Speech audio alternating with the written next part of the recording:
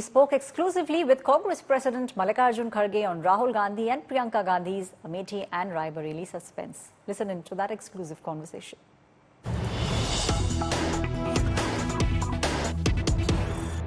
सब लोग ये जानना चाहते हैं कि अमेठी और रायबरेली से राहुल गांधी और प्रियंका गांधी चुनाव लड़ेंगे या नहीं लड़ेंगे।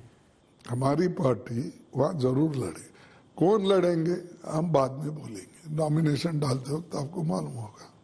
नहीं पर इतना सस्पेंस क्यों है कि मतलब आप जो है अब ये तो आपकी इतनी पुरानी सीट रही है अमेठी। सस्पेंस कभी रखना पड़ता है, स्ट्रेटेजी रखना पड़ता है, बनाना पड़ता है पॉलिटिक्स में। पहले के जैसा पॉलिटिक्स तो नहीं है ना, तुम तो लेवल प्लेइंग ग्राउंड भी नहीं दे रहे।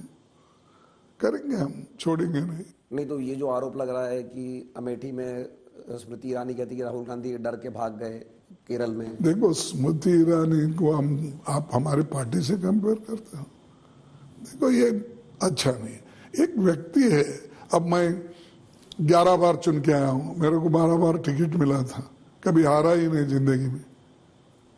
तो ये अगर मैं कहूं मेरा जैसा कौन है, ये मूर्खता की बात है। नहीं पर गांधी परिवार से कोई लड़ेगा रायबरेली से, या आप वही पूछेंगे मैं वही बोलूंगा कि हमारे पार्टी से कोई ना कोई लड़ेगा। तो ये कब तक पता चलेगा? चलेगा तो जब लास्ट डेट अभी उसका टाइम है, उसके अंदर। नहीं तो ये एक आपकी तरफ से बार बार आरोप लगता है और आपके घोषणा पत्र में भी है कि जो सेंट्रल एजेंसी इसका मिसयूज किया गया है और आंकड़े भी उसकी गवाही देते हैं कि भाई विपक्ष पर ज्यादा कार्रवाई हुई है। लेकिन मोदी जी ने तो ये कहा कि अगले 100 दिन में जब मैं सरकार में आऊंगा तो भ्रष्टाचार के खिलाफ ये जो कार्रवाई है ये मैं और जोर से चलाऊंगा। नको कौन बोले उनको, नको कौन बोले, लेकिन भ्रष्टाचार के खिलाफ आप कार्रवाई करो, लेकिन बगल में लेके मत बैठो। आज जितने भी लोगों को तुमने भ्रष्टाचार के नाम से थ्रेटन करके लिया है, फिर उनको पार्टी में लेकर राज्यसभा मेंबर बनाते हो, मिनिस्टर्स बनाते हो।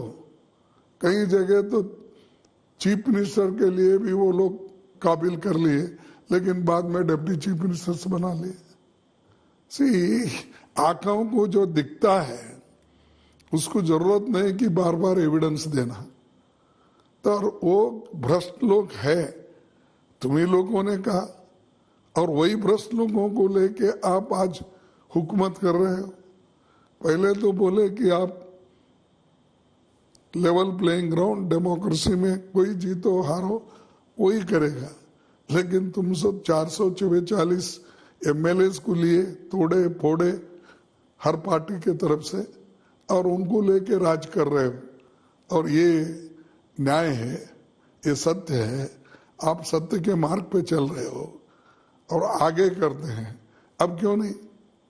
क्योंकि तुमको मेजॉरिटी हो रहा है राज्यसभा में, एक को फोड़ के तुम ले रहे हैं। और हमारे पास चीफ मिनिस्टर जैसे आदमी, एक्स चीफ मिनिस्टर्स, उनको भी आप डरा डरा के लिए। तो ये उनका कहना बिल्कुल गलत है और वो हमेशा झूठ बोलने की आदी है। अगर हम ये कहें कि बहुत से लोग, आप लोग मानते या नहीं मानते मुझे मालूम नहीं, कि उन्होंने 2 करोड़ नौकरी करने का वायदा किया, हम नहीं बोले ना, किया। काला धन लाता हूं, कांग्रेस पार्टी के लोग, अमीर लोग, इंडस्ट्रियल लोग काला धन बाहर रखे हैं, वो लाकर मैं 15-15 लाख डिस्ट्रीब्यूट करूंगा, बोले लाए। किसानों की आमदनी मैं डबल करके दूंगा, लाए। और किसानों के जो भी चीजें हैं इतनी महंगी कर दिए, फर्टिलाइजर हो, डीजल हो, ट्रैक्टर के ऊपर जीएसटी, इक्विपमेंट, एग्रीकल्चर इक्विपमेंट के ऊपर जीएसटी, हर चीज में एग्रीकल्चर में उन्होंने डायरेक्टली इनडायरेक्टली नहीं, डायरेक्टली जीएसटी को डाले, उन्हीं को जाता है। तो ऐसे प्राइम मिनिस्टर को हम कैसा बिलीव करना है, ये हमको आप बताइए। नहीं तो एक जो राहुल गांधी जी के भाषण का बार बार जिक्र हो रहा है कि उन्होंने कहा पहले हम कास्ट सेंसस करेंगे, मतलब एक्सरे करेंगे देश की, उसके बाद उन्होंने कहा कि एक इकोनॉमिक सर्वे होगा, फाइनेंशियल सर्वे होगा और फिर क्रांति होगी। तो ये क्रांति होगी मतलब क्या होगा कि प्रॉपर्टी बांट दी जाएगी, क्या होगा? यही सबसे बड़ी बात ही हो रही है। वो इंटरप्रिटेशन करने वालों पे है। जैसा देखो ऐसा होता है, ये जाति जनगणना इसकी जरूरत इसलिए है, तुम्हारा समाज जाति आधारित है। आप क्या हिंदू एक है बोल के नहीं बोलते, पहले तो उसको पूछते हैं आप कौन है, मैं हिंदू। फिर हिंदू में पूछते हैं आप कौन से जमो, नहीं मैं ब्राह्मण। फिर ब्राह्मण में पूछते कौन, आप सारस्वत ब्राह्मण है, गौड़ सारस्वत है, माधव ब्राह्मण से है, वैष्णव है, पूछते या नहीं पूछते। तो वैसा हर, अब मेरा शेड्यूल कास्ट में आता है लिस्ट में, मैं शेड्यूल कास्ट बोलता हूँ, उसी जगह ठहरते नहीं लोग। शेड्यूल कास्ट में फिर क्या है, शेड्यूल कास्ट में फिर क्या है, it is a list of schedule. ये तो शेड्यूल है, शेड्यूल में मेरा कम्युनिटी है, फिर भी पूछते क्या कौन सी है, फिर मैं बोलता हूँ मैं महार हूँ। तो महार होने का किधर के है आपके, कर्नाटक में महार है क्या है, माला है, महार है, छलवादी है, अलग अलग नाम से पुकारा जाता है।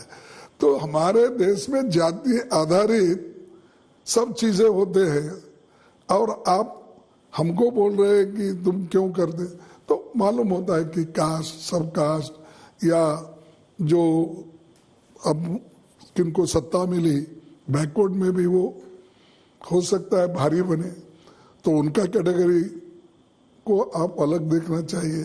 शेड्यूल कास्ट में अगर भारी एक सेक्शन है, अब नेशनल लेवल का अगर पर्सपेक्टिव देखे तो हर ट्राइब हो, ये हो, उसका सबका निकलता है बात। सच्चाई जानने के लिए हम कर रहे हैं।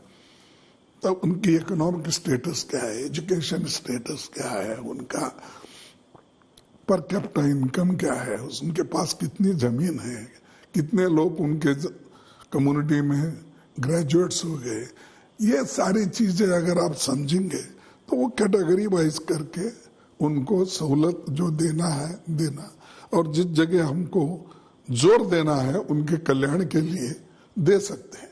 जैसा कि 5 ईयर प्लान बना नेहरू जी में, उन्होंने जब 5 ईयर प्लान बनाना तो सबके लिए उन्होंने बहुत सी चीजें की। किसानों के लिए उन्होंने की, ग्रीन रेवोल्यूशन लाया, व्हाइट रेवोल्यूशन लाया, बड़े बड़े पब्लिक सेक्टर हमारे पास नहीं थे, यहाँ तक कि होटल्स भी नहीं थे जो फॉरेनर आके टूरिस्ट ठहरता है। तो इसीलिए अशोका जैसे, कनिष्का जैसे होटल बने हर जगह। उस वक्त की जरूरी थी है बनना। अब बहुत से होटल बन रहे हैं, अब जरूरत नहीं बनाने की। वक्त के लिहाज से आपको प्रोग्राम बनाना पड़ता है। नहीं तो एक बात इनहेरिटेंस टैक्स को लेकर आपकी तरफ से सफाई ये दी गई कि भाई राजीव गांधी ने इसको समाप्त किया था, और जो बयान आया था कि हम कोई ऐसा टैक्स लगाने का कोई विचार नहीं है, लेकिन प्रधानमंत्री ने उस पर भी ये कहा कि वो तो राजीव गांधी के परिवार को इंदिरा गांधी की संपत्ति चाहिए थी, इसलिए इन्होंने इसको खत्म किया 1985 में। अब आप भी वही चाहते ना, मोदी भी वही चाह रहे ना। देखिए पेट्रोडा ने ऐसा बोला, फिर क्या उस पे विश्वास करते हो, इस पे विश्वास करते हो? ये जो है टिट फॉर डैट, कुछ बोलना है तो बोलना ऐसा कुछ। ठीक है, मेरा बाप कुछ मेरे को छोड़ा नहीं, मेरे को तो कोई फायदा नहीं है, उनका बाप भी कुछ भी नहीं छोड़ा, उसको भी फायदा नहीं है। तो ये चीजें बोलने से आप लोगों को समाधान नहीं कर सकते। आप एक उसूल करो कि आपकी पार्टी क्या चाहती है। मेरी पार्टी ये चाहती है कि जनगणना करने से लोगों के हैसियत मालूम होता है, लोगों को ये मालूम होता है। अब चंद चीजें हैं, जैसा बिहार में सतत, यूपी में चंद कम्युनिटी चुन के आ रहे हैं। जब चंद कम्युनिटी चुन के आते हैं तो उसमें बहुत से एक 10% तो सुधार होता है। जब 10% तो सुधार होता है तो उनकी कैटेगरी अलग बनेगी, और बाकी के लोगों को उनका निकाल के और भी जोर देंगे